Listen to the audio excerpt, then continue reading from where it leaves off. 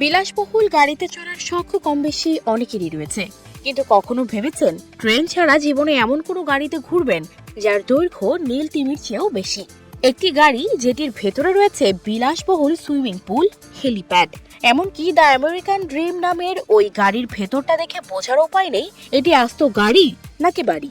Guinness book of world রেকর্ডসে নাম ওঠা বিশ্বের সবচেয়ে বড় এই গাড়ির ভেতরে রয়েছে বিলাসিতার সব আয়োজন। রয়েছে টিভি সেট, ফ্রিজ, এমনকি অত্যাধুনিক সোফা, যেখানে একসঙ্গে বসতে পারবেন ৭৫ জন।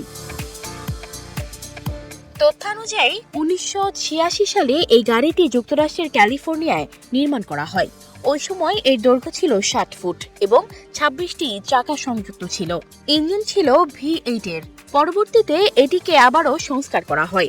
এটি এতটা লম্বা যে ভারতের ১৫ ফুটের ৬টি হোন্ডা সিটি স্যান্ডাসের মধ্যে পার্ক করে রাখা যাবে।